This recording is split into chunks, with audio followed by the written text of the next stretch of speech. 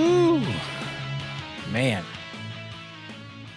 You know, there's all kind of things going on, but it's Busted Pencils. It's Producer's Choice Busted Pencils, fully leaded education talk. Educated educators talking education. Dr. Johnny Lupinacci, minus his appendix. Jakob, producer, chairman of the boards, me, Dr. Tim Slekar. And we are, well, I don't know if I can say we are ready, Jakob. I think I might be ready, but Dr. Lupinacci might ready be for what? What are you trying to say? I'm not ready, man. I was born ready. I mean, you might think you're ready, but I don't know, man.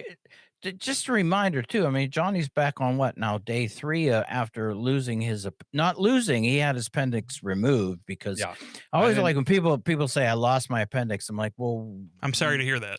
Yeah, it's like you should find them then because I'm not very sorry to have had mine removed. I'll tell you that. Well, I was just saying though, he was pretty upset with me on Monday. It was an exciting Labor Day, but we're back at it. Hey, we're at the end of the week, man. We're at the end of the week, but I'm just pointing out it's been a rough week for you in the sense of recovering, and so just it's been a doozy of a week. That's for sure. I'm typically overly anxious and worried about Producer's Choice. I'm ready to go, and I'm just thinking, Producer Jakob, chairman of the board, maybe give Johnny a little bit of a little soft spot tonight if you can. We're going to have a lot of fun, Tim, because we've got Dr. Lupinacci here today, and I think that's going to be a lot of fun for the folks at home. You betcha. And we're Lupinacci. That's the one. And I'm getting ready as the producer to put him forward for a Courage in Broadcasting Award for coming in despite losing an appendix. That's it. It's a big week here at Busted Pencils. I tell you, every day he gets up and, busted pencils. He just, he's got to bust pencils. Play to win, Tim. Play to win. All right, but Jakob. Let's do the intro. For Choo-Choo, producer, Jakob's Choice, chairman of the board. Ow! You now have 2 choices. Chairman of the board, Jakob. Ow! Jakob, chairman of the boards. I bet the board is spelled B-O-R-E-D. We choose to go to the moon. Life's full of tough choices in it. You chose poorly. Welcome to the Producer's Choice Show.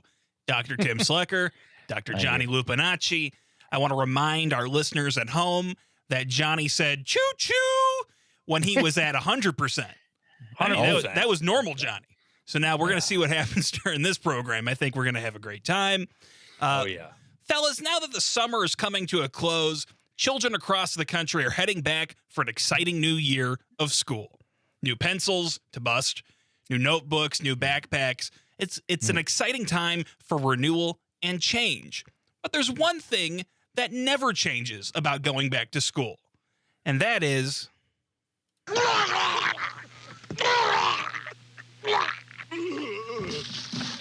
not wanting to be in school. So, Dr. Johnny Lupinacci, I know you're on the mend yourself. So today we're going to talk about those coveted excused absences that kids across the nation are dreaming of receiving in the coming days and weeks to avoid going to school. This came to mind for me because my little brother Jackson has had a very successful first week back at high school. Okay, it's his first week of high school, actually. Freshman going in. It's gone really well. But after the first day, I called him on the phone, and he said, "Oh, but my stomach isn't feeling so good." I said, "No way, buddy. All right, you're not. There's no way you just happen to catch the flu as you head back to school. So I'm not falling for that." That's why we're going to talk about it here. So to start things off, Dr. Tim Slekar, did you ever fake sick to get out of going to school? Yes, I did, Jakob. We got him, folks. Gosh. We got him. I did, and in fact, sometimes I'm pretty sure that Matthew Broderick had spied on me early on, and came up with the sick scene that he put in Ferris Bueller's Day Off, after having watched my ruse uh, to convince my mom that there was no way I could go to school that day.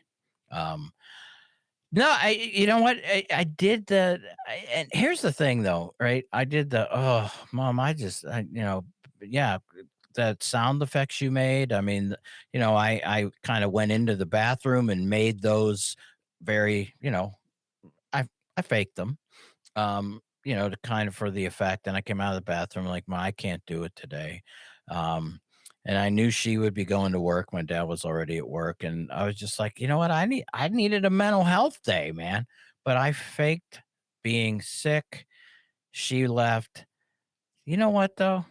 I think she knew I needed a mental health day and kind of went with it, and knew that my fake puking in the bathroom was nothing but a stage show. But yeah, I did, and I think about that though too, and saying when I when I would do that, it was just because it's like I just needed a break, Yeah. and thinking about that now, I'm like, why don't we just give kids like personal days from school that they can use? Because that's what I needed. So yes, Jacob, I did fake being sick to miss school.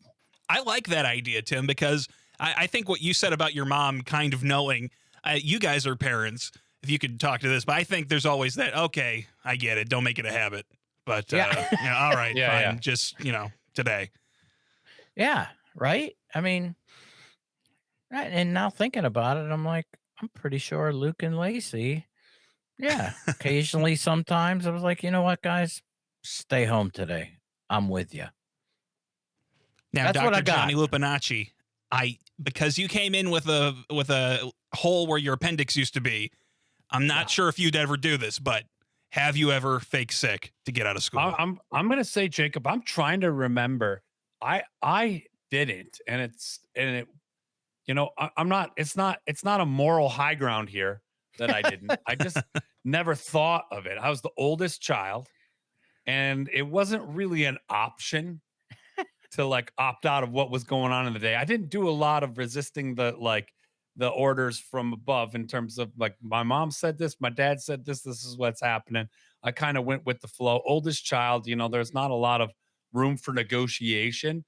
I definitely think it's a good idea, and I'm with Tim. Like sometimes we need days off because I tended to get mine a different way, go to school and get thrown out for the day, so but I cannot remember a time faking sick. I'm also like the world's worst fake sick actor liar guy. I mean, if you know me, when I'm like telling you not the truth. So it wouldn't have worked, man. I just never really floated it, never tried it.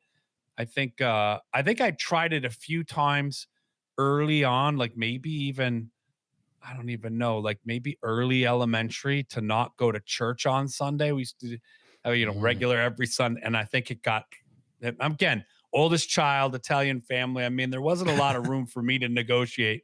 I think my brother and sister had a little bit more room to try some of these things. But no, we didn't have them.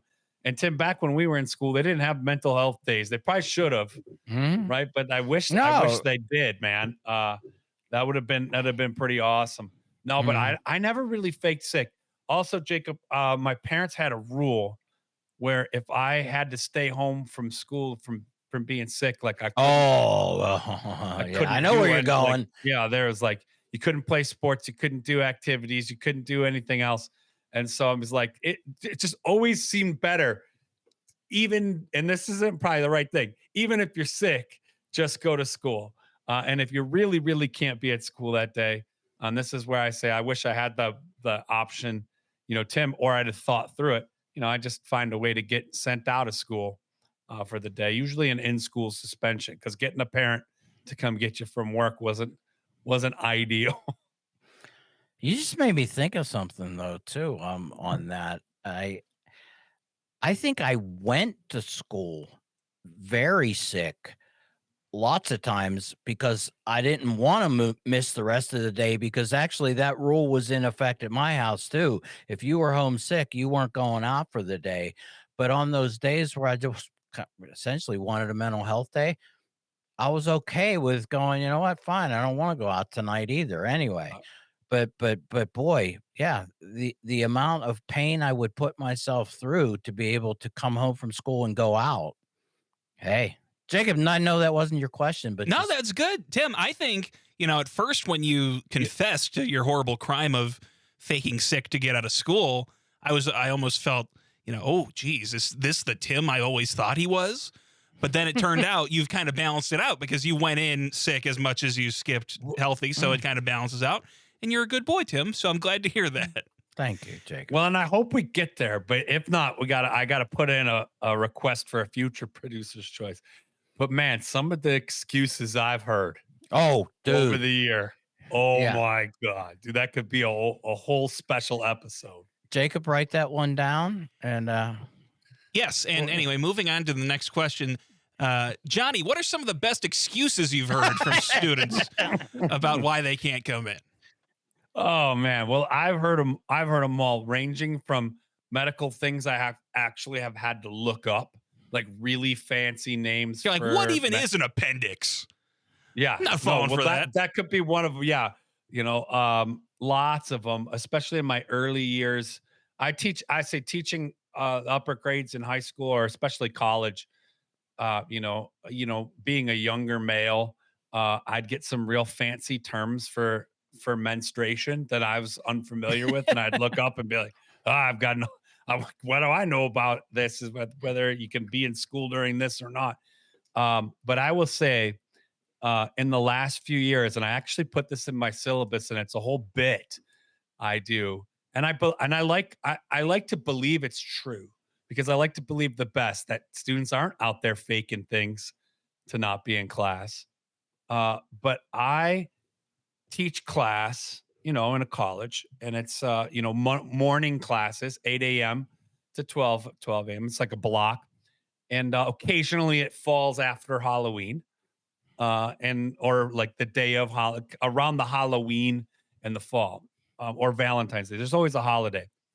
And I will tell you, I single-handedly am saving the lives of grandparents by not having class the day of or the day after a holiday. I've learned this because when I have class the day of or the day after a holiday, man, you would not believe how many grandparents have passed away.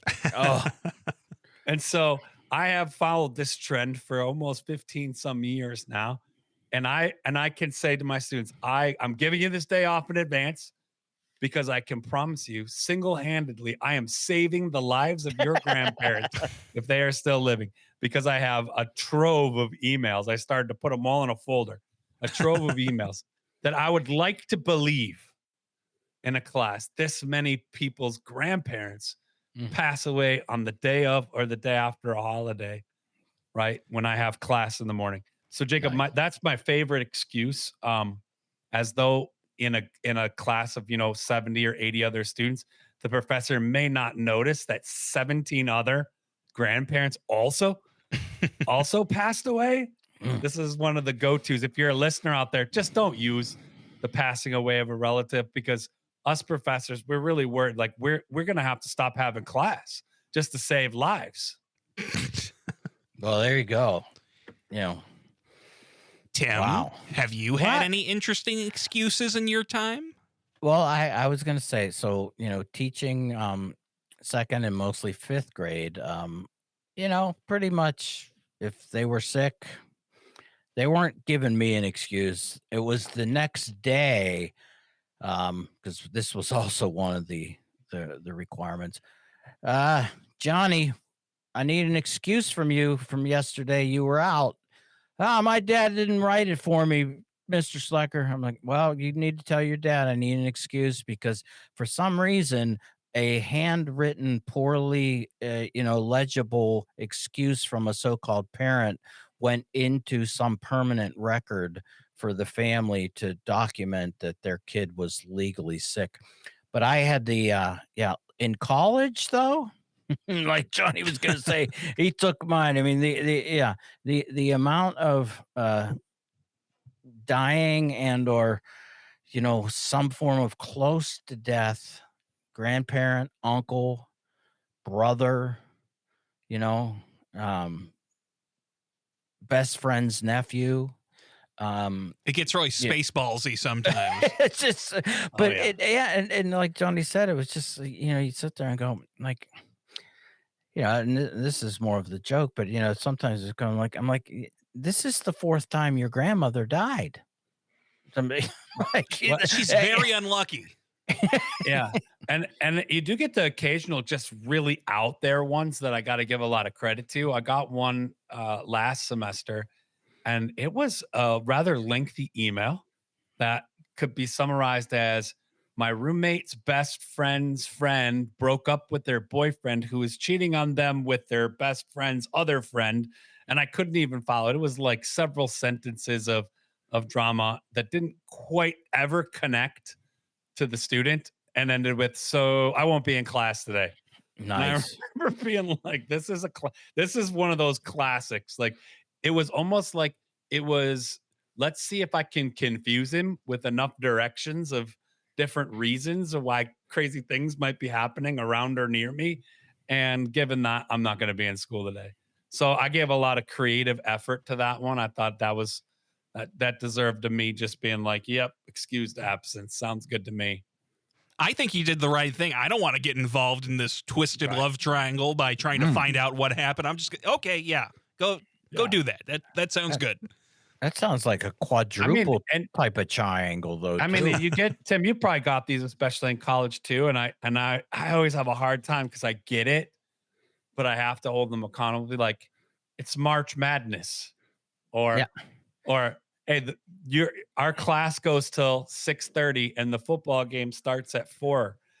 You know what? Oh, I got I definitely. I mean, in college, because you get the kind of like, hey, Dr. Slekar, we were all thinking. So meanwhile, yeah, the pitch. entire class had gotten together, and this Friday is whatever it would be. We were thinking that maybe you might want to have, class, first of all, downtown at the coffee shop, and then maybe be done, after maybe only conducting 20 minutes worth of class. And be like, and you know what? Sometimes I was just like, you know what? You guys are you got together, you're saying, hey, I'm like, yeah, let's go to the coffee shop. Let's hang out for 20 minutes. And you can have the day off. But no, Johnny, it's like occasionally, yeah, there's a football game. Hey, there's, we all want to do something, and it's just like, yeah, whatever, go for it. But I don't know. I mean, they are. Now, the other thing with this related, Jacob, and it's related to your sound effect. I'm taking over a little here. Yeah, let's Sorry. talk more about that. That sound effect. I am thinking about the number of times that someone yacked in class. And that created a chain reaction. Like, Stand By Me.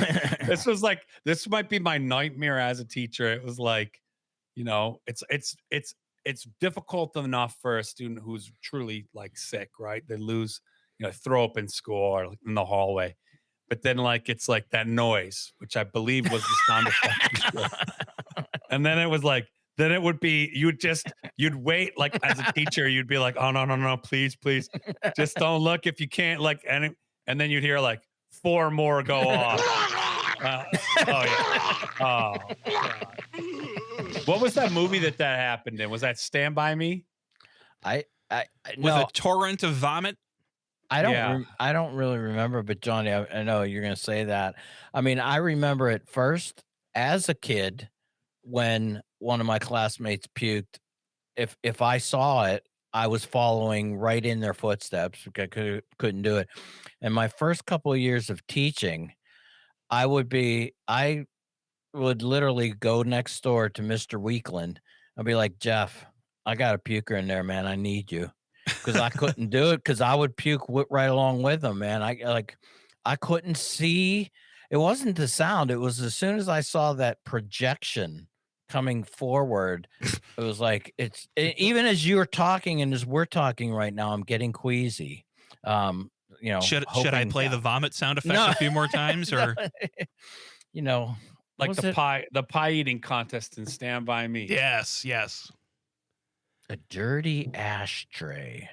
That was a line in a movie too where they were trying to make somebody puke. But yeah, but yeah, the chain reaction puking. Ugh, yuck, yuck. And every teacher knows, like, you're listening, you know what I'm talking about. Oh, out they there. know. They all know it, man. But here's the best though with the puking. You call the custodian, they bring the magic dust. And the magic Man. dust is a tube of I don't know what's in that, but it is magic. You just sprinkle that all over the puke, and somehow it magically sucks it all up and makes everything just right. I don't know Yeah. about just right. There seems to still be just as someone who's had to do that, because it wasn't always our custodian's job. Like, he was like, here's the stuff in case you need to have to do this. I thought the cleanup was always kind of like just an advanced technology that I'm grateful for, but also it still creates its own kind of like odor and residue that will never be forgotten. But another big part about teaching kids is teamwork. So maybe That's when right. there's the vomit, clean up, everybody do your share. Come on, kids. Let's clean up this vomit together. That's a good way to do it.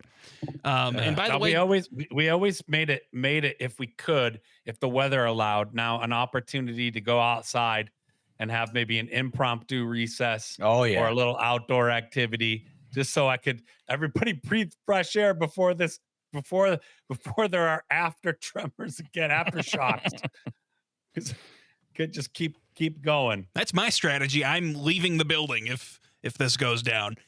Next question, if I may. I know we've been on this subject for about 16 minutes, but if I could introduce another. Fellas, thinking about those sick days, thinking about snow days, which we all love. The thing I hate most about that deadly pandemic we had is the fact that it normalized distance learning. Because I love those magical moments of getting away with not doing schoolwork when you're supposed to. So guys, can you share with me your thoughts? I mean, what do you fellas think about the impact of Zoom and AI learning and all this work from home stuff on the simple pleasure of having a day off? Oh, yeah. You know what? Good call there. I actually, Jacob, yeah, I think it's calming down because I think what you're getting at is particularly like right after COVID, there was almost this kind of like, hey, no matter what time of day it is, we can always set up a Zoom. Yes. And I in, hate and in it. fact, if why not just Zoom? Or You know, even classrooms that had yeah. cameras in them for hybrid setups. Like if kids were out for more than so many days, they could attend by being, in the classroom through that hybrid camera connection. Yeah. I mean, there really isn't a need to have snow days anymore, except I need them, love Johnny. yeah. Well, I would I say, need it. except that I remember we had some shows on this, Tim. We had some superintendents come in and talk about some of this way back, like right as the switch out of COVID and back to school was kind of just taken off. And they had talked about this. This doesn't mean that we won't have snow days. This doesn't mean that if you're sick, you still have to join class. Like if you're really out, you should be out. And I think districts that have done that, it's been really exciting. But what it does mean, I like the best of both worlds, Jacob, because we've all been there where we've had so many snow days that now we have to tack on days into summer. Yeah. And so I think now there's this flexibility of like, okay, let's have a snow day. Let's have a snow day. Let's have a snow day. But if we start to get into that dangerous number of too many snow days, let's have, like a Zoom class day. Let's have, some online learning so that we can count it as a day and we're not tacking more days on into the summer. Let's Because just I don't know if you have, make your policy. We're allotting for 3 potential snow days, and then after that we can kick in the Zoom stuff. Let's not steal from maybe kids. 5, maybe even 5, maybe 14 even snow 5, days, right? and but after 26 snow days. Yeah. 26. after that, do your thing. Tim, can you sign on to this compact Johnny and I have come up with the 26 snow days? Tim, you're muted. You're You're muted. muted, man. Actually, I'm sorry about that. Yes, you can sign me up, but I'm gonna need you guys to send me that through a DocuSign document. Yes, Because generated by AI. Yes. Well, you guys were talking about this a little bit ago, talking about people having excuses about how they want to leave for football games that might be coming up, and completely unrelated. I'm gonna have to wrap this up before the Eagles and Cowboys kick off here in I was about going to 25 say minutes. we got a game coming up soon. Are you guys excited for the coming NFL season, and who are your teams? Jacob, there's only one team. Oh, is that right, Tim? That's it. Yeah, Pittsburgh Steelers, man. Sorry, it's all there is. You know, Thank you. I just want to put that out there. For Tim, I love football season, man, because one of the things I love about fall, it just reminds me that, like, hey, we have back to school, we have fall events, we have sort of a routine to things. Like, we're gonna have Sunday night football, we have really Thursday night football, Sunday night football, Monday night football. It's football season. It's a big part of this country. We talked earlier this week about patriotism. I think it's intimately woven in to our communities and to our country, whether you like football or not, to find some way to gather with neighbors, friends, family, enjoy something together. And it's kind of like, even though it's not our national sport, it's certainly one of the larger cultural shared experiences we have. So I get real excited about it. Of course, I'm a big Lions fan, but I root for a number of teams. And so, I'm always a Lions fan, but just love to watch football, and especially love food and community, man. So we should do a whole special show on what's your favorite food to eat when you gather to watch football, because man, I got so many favorite foods. I'm gonna eat some tonight. That's a good one. Yeah, I can see you as a Lions fan, Johnny, because I think when Dan Campbell showed up and was biting kneecaps off of people, that's the Johnny method. I like that. That's right. For me personally, I'm a Bears and Chiefs fan. One of those is going a lot better than the other, but for a long time it didn't go well for either. The Bears stole our offensive coordinator. Now he's a coach. I mean, I think you're on the upswing over there in Chicago. So, Johnny, we've been on the upswing for 20 years now, and that swing never actually hits the ball. It's true. We've been missing. There's one last thing we do here on the Producer's Choice show that we do every week when I have these wonderful guests, Dr. Tim Slekar, Dr. Johnny Lupinacci, and that is simply this. Let's go! Johnny, Tim, what's your favorite snow day activity? Starting with Tim. Ice skating down at the pond behind my friend's house and playing hockey all day long and putting a fire in a big 55-gallon rusted out barrel and spending the day right there until my toes were going to fall off. That's a good one, Tim. I like all those. I'll see you this winter. Dr. Johnny Lupinacci, favorite snow day activity? Oh, man, I think Tim nailed it. I love when we could go outside and play some hockey all day long. If you got a frozen pond by you, or if you had like a little rink in the neighborhood that someone's family made, that was always choice. But these days, man, I would say it's just like buckling in and binge watching something on the TV and just riding out whatever snowstorm there is and just relaxing because, man, like we said earlier, sometimes you need a mental health day. Sometimes you just need a snow day, slow everything way down and winter it out a bit. So I love doing that. For me on a snow day, I like to curl up next to the picture of a fire on my TV and just spend the day talking to my AI. So I'm a bit more of a modern guy than you guys, but Jacob, you're the man. Thank you, Tim. And with that, I think there's things. It's it's time for your moment of zen. Yeah, it is. And I guess this one will work out really well according to the breaking news that we now have a Department of War. And so, quote from Howard, in war, good guys always become bad guys.